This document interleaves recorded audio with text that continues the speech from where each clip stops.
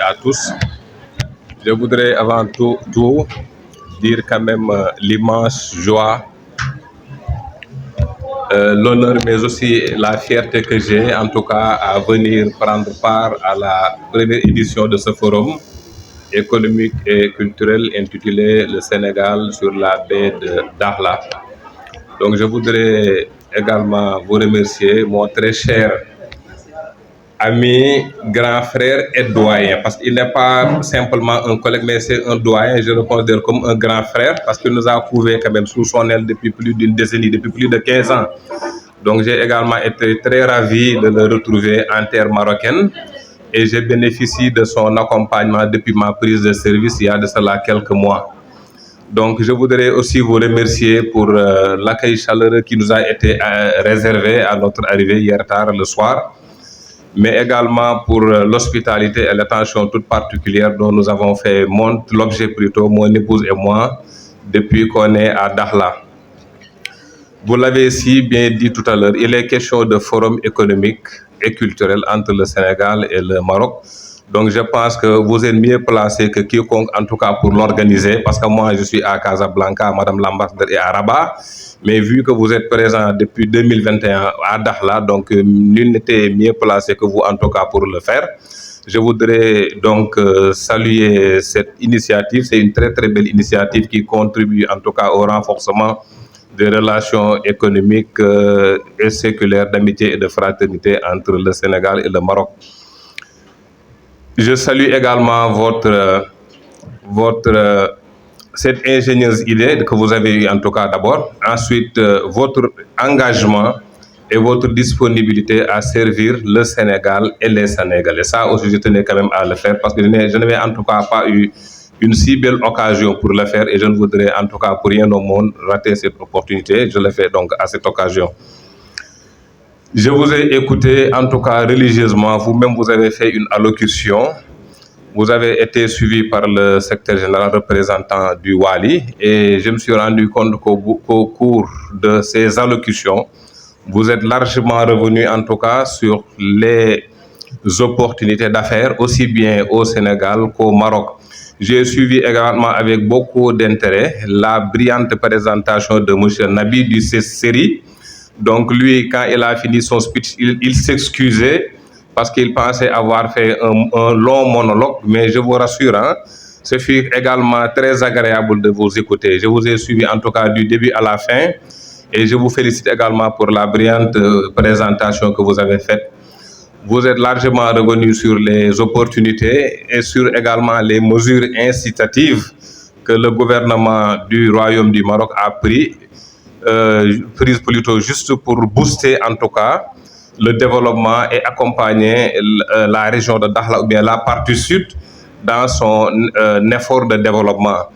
Donc il y a au moins 2 points qui ont retenu mon attention parce qu'au-delà même des milliers d'hectares qu'on a prévu de mettre à la disposition des opérateurs économiques, mais vous avez dit qu'on s'est rendu compte qu'il n'y a que 5% des produits africains sont transformés sur place, ce qui veut dire que 95% des produits sont exportés, transformés ailleurs et nous sont revendus plus cher.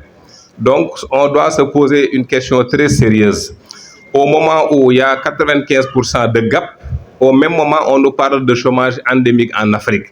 Donc si on parvient à trouver le moyen de transformer ne serait-ce que 50% des produits africains sur place, au moins on parviendra à régler à moitié le problème du chômage. Les autorités, en tout cas que ça soit au Maroc, que ça soit au Sénégal, elles portent une vision, elles ont la volonté, elles l'incarnent.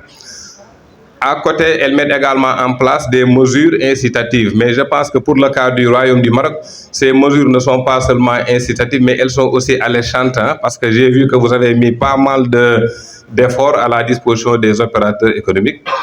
Donc, le potentiel est là. Nous devons nous estimer d'être en tout cas des témoins privilégiés du développement de la région de Dakhla. Et quand je dis de Dakhla, je dis Layoun. Et c'est pratiquement la partie sud du Maroc. Mais on ne doit pas se limiter à être que des témoins. On doit également être des acteurs. Et c'est en ce sens qu'en tout cas, le doyen Babou Sène, en sa qualité de consul général du Sénégal à Dakhla, lui, il n'a pas voulu être en reste. Parce que le simple fait d'avoir eu cette ingénieuse idée d'organiser un forum économique et culturel, donc c'est une manière en tout cas à lui d'apporter sa contribution à l'édifice. Et je pense, et d'ailleurs je salue même la présence parmi nous de l'ensemble des consuls généraux africains à Dakhla et à Laayoune. Donc je pense que ça va faire tache d'huile et Inch'Allah ça prendra comme de la mayonnaise comme on dit. Hein.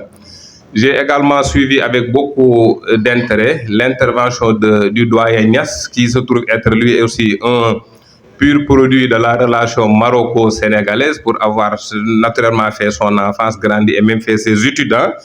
Mais je voudrais également lui dire qu'il en est un bel exemple. Parce que quand on parle d'exemple, il y a toujours un bel exemple, il y a un mauvais exemple. Mais heureusement que lui, c'est un bel exemple. Donc, Madame Diakhaté, je l'ai également suivi. Et on sent que c'est en tout cas un ambassadeur de la culture africaine. Hein, parce qu'elle a parlé de ses origines, mais effectivement, elle a posé une question légitime. Dès l'instant que tout nous unit, rien ne doit plus nous diviser. On a été colonisé pendant des décennies et le réveil a sonné. Et c'est vrai que le réveil a été un peu brutal. Et à un moment donné, les gens ont même parlé de sentiments anti-tel, anti-tel, anti-tel, pour ne pas citer de pays.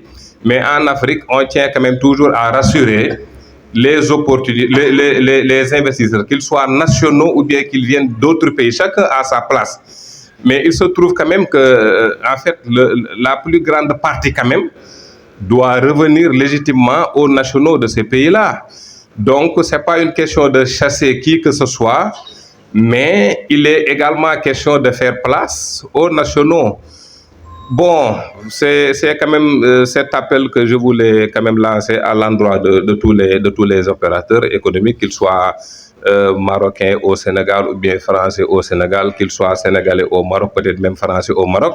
Les pays sont ouverts à tout investisseur. Donc, il n'y a pas de raison de fuir un pays. Il se trouve juste que le réveil a sonné, les gens ont besoin quand même de prendre la part qui doit être la leur dans le concert des nations, également dans l'économie du monde.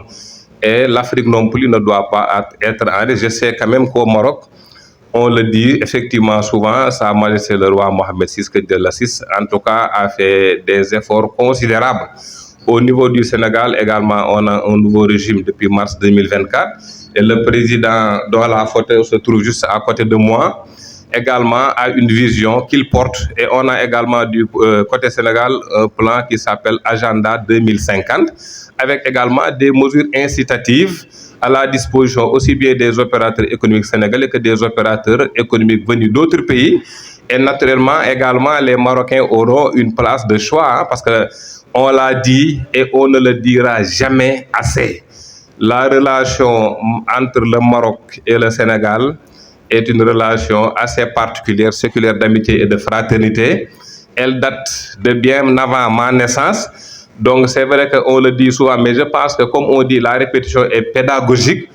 On doit continuer à le dire, de sorte que même le bébé marocain qui naît aujourd'hui, ou bien le bébé sénégalais qui naît aujourd'hui, saura que c'est une relation féconde qui date de bien avant sa naissance. Je ne voudrais pas, en tout cas, m'épiloguer autre mesure sur le sujet. Je tenais aussi à saluer la présence parmi nous, outre des consuls généraux, mais des partenaires institutionnels du Consulat général du Sénégal à Dakhla et d'éminents membres de la communauté sénégalaise. Je vois Baye Sidi, je vois également le représentant du Khalif général des Baye Fall, qui a également eu l'amabilité de me saluer. C'est également un plaisir de le retrouver. C'est ma première fois à Dakhla. C'est vrai qu'à Casa, c'est très dense. J'ai reporté, mais ce fut quand même une belle occasion de venir. Je suis arrivé hier, mais pour ne rien vous cacher, je suis déjà séduit par ce que j'ai vu, en tout cas, et ça me donne envie non seulement de rester, mais aussi de revenir encore et encore. Donc, on dit la baie de Dakhla, moi j'ai retenu, parce que quand on dit Tour Eiffel, tout le monde pense à Paris. Et quand on dit la statue de la liberté, tout le monde pense à New York.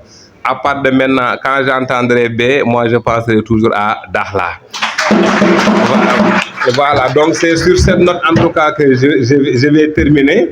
Sauf que j'ai eu quand même une très belle surprise. Il y a un gars qui a chanté les louanges de mes arrière-grands-pères, mais moi je ne savais pas que il y a quelqu'un qui m'attendait dans cette salle et qui me connaissait, ou bien qui connaissait en tout cas ma famille. Donc sur ce, je vous remercie de votre aimable attention.